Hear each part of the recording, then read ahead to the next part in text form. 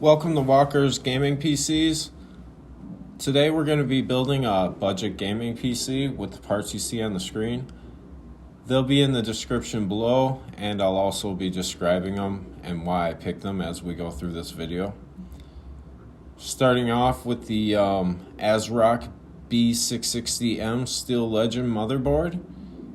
I picked this motherboard because one place I do believe in future-proofing a PC is the motherboard. I think that you should be able to upgrade to the next level of processor on the motherboard you used. Today we're using the 12th Gen i3 12100F. As you're putting it in here, you just want to make sure you got the notches on both the top and the bottom of the CPU lined up, and then the processor will go in real easy. Just once you got it down there in place, just give it a wiggle, make sure it stays in place. And then before you bring the arm down, just make sure you have the cover far enough down that the latch is going to grab. And when you bring the arm down, the cover will just pop off like that. You don't have to worry about taking it off. Don't throw that cover out though, in case you ever sell the motherboard or need to get it replaced. You'll need that to protect the pins on the motherboard. We're just using the stock cooler. It's just got push pins. I put this foam underneath just to help take the force when I'm pressing down. We're using a Cooler Master MasterBox MATX case here. It's open design. It's got perforated holes on all sides, the bottom, top, and front and back. Really easy case to work in. I thought it was going to be real difficult because it's so open, and I'm using a modular power supply, so I thought it was going to be really hard, but it turned out to be really easy. Just make sure that your standoffs are in the correct place before you put the motherboard in, so you don't have to take it out again to put them in the correct place. This particular motherboard, you do have to put the faceplate in, or the back plate. Make sure you do that before you slide that motherboard in there. This motherboard was real easy to work with. It looks really nice too. I think it will work in any build. You could put it in a pink build, you could put it in a white build, black build, silver, whatever, and it's gonna look good.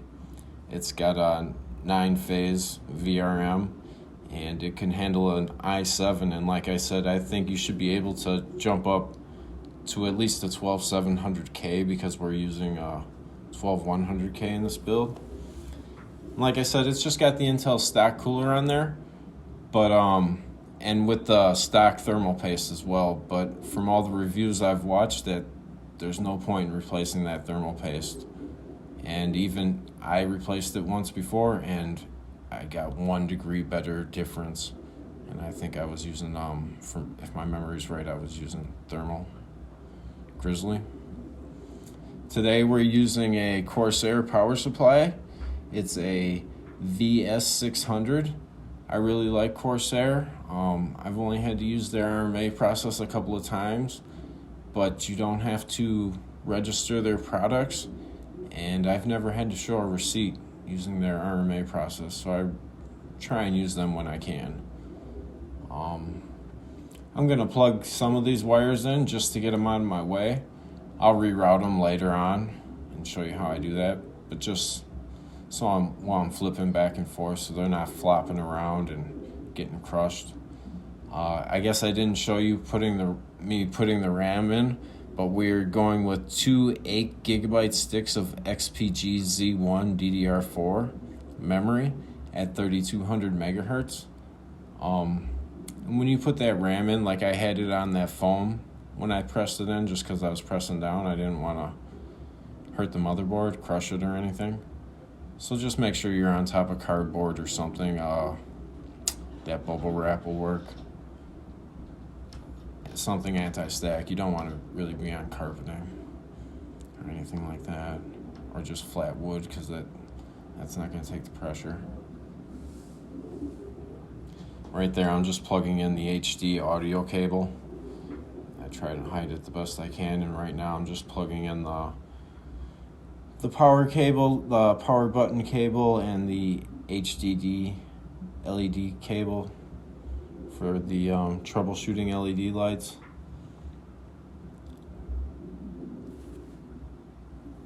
And today we have a 1TB Team Group AX2 SATA 3 SSD. It doesn't come with any hardware, but this case came with 2 sets of hardware for it. I didn't put the SSD in the back. There is room for it back there, but I thought it would actually look pretty good up here, and I thought it would cover up one of those holes in some of my wiring. So I put it in that top spot, but you could also put one in that bottom spot, or you could put it in that bottom spot if you thought that looked better. There's really no point in going to an M.2 for just gaming because there's really no difference. In load time, it's going to be less than 2% or less. This particular board does come with a shield for the first M.2 slot, and the M.2 slot there is PCIe 4x4, so you would get that speed if you were to go with the M.2 drive.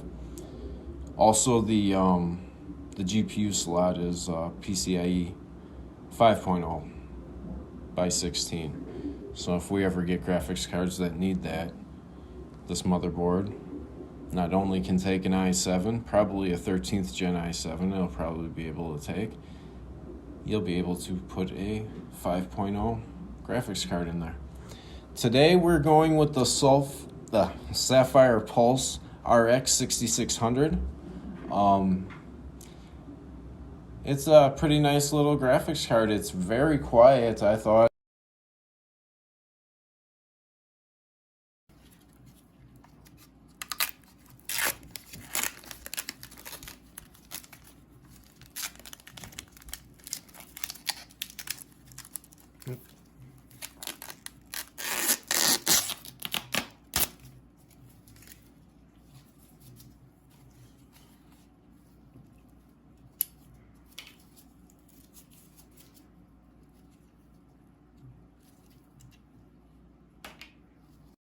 Speaking of being quiet, I almost ruined the moment of zen there. Sorry I didn't get the peeling of the fans caught on tape. But I can't get it all. The back of the case, the PCI slots on the back of the case have those push-out ones that once you take them out, you can't put them back in. What I do is I push down along one side and get one side off, and then I wiggle the other side off, and that way the center part doesn't bend on you, and it still looks really nice when you're all done. Just make sure you push that button down before you put your graphics card in. This graphics card's an 8-pin. It's a 140 watt board. And when you're tightening this down, what I like to do is get them both started, and then I push the graphics card towards the top of the case, and then that's when I tighten them down, and that'll help you prevent getting some of the sag. It shouldn't get sag anyways because this is just a 2-slot card and it's not very heavy. But just in case, that's the way I would do it. When doing cable management, I just like to follow the natural layout of the case. And you can use twist ties when you're not sure yet as to where everything's going. And they're reusable anyways. And then after you know where everything's going, if you want to go with zip ties then you can go with zip ties. But I would use twist ties at first just so you can organize what you're doing a little bit better. Flat cables I like to put together, and I like to run them side by side like that, so it kind of almost looks like one cable. And I like to run the big 24 pin last so that you can hide everything behind it, or as much as you can behind it. And I like keeping the braided cables obviously up front.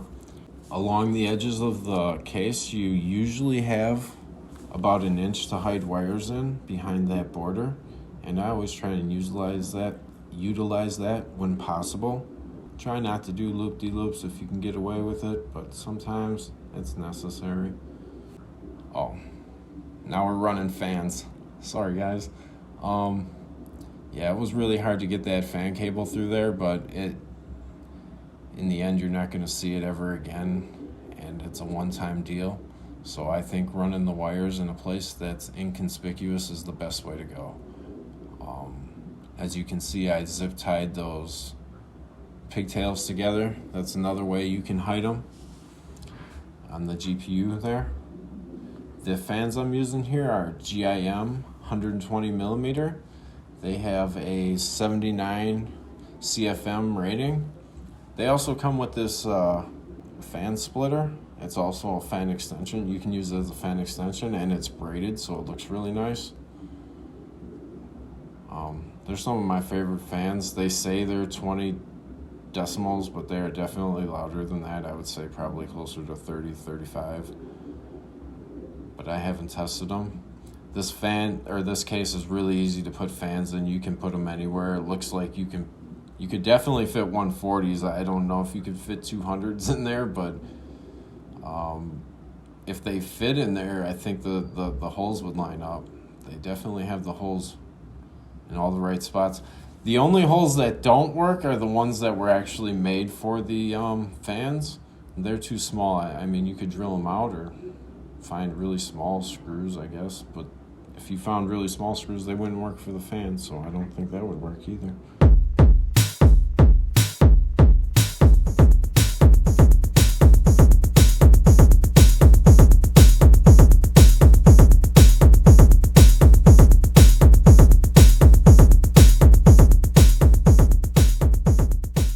First, I didn't really like the looks of the case, but after I got everything in it, I really think it looked good. The reason we went with a 600-watt power supply, again, it's one of the areas where I do like to future-proof in, the motherboard and the power supply.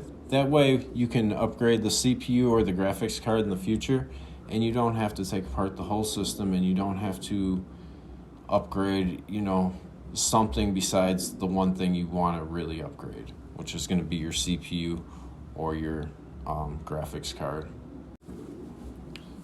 The same thing about the twist ties applies with these Velcro straps. You can just keep reusing them. They look way better than twist ties. They're environmental friendly, so if you got them, if they come with one of your parts, use them because they look good and they work really well. And you don't have to crank those down because you don't really want to kink wires. I really wouldn't go with anything higher than 3200 megahertz. I'm pretty good at overclocking memory. I like to do memory overclocking with Samsung B-Die, and I've gone all the way from 4000 all the way down to 2667 or whatever it is, and tested, and yeah, it makes a huge difference in benchmarking, but when you look at gameplay, actual gameplay, it doesn't make that much of a difference. Going with dual channel does make a difference, so make sure you put the RAM in the right spots.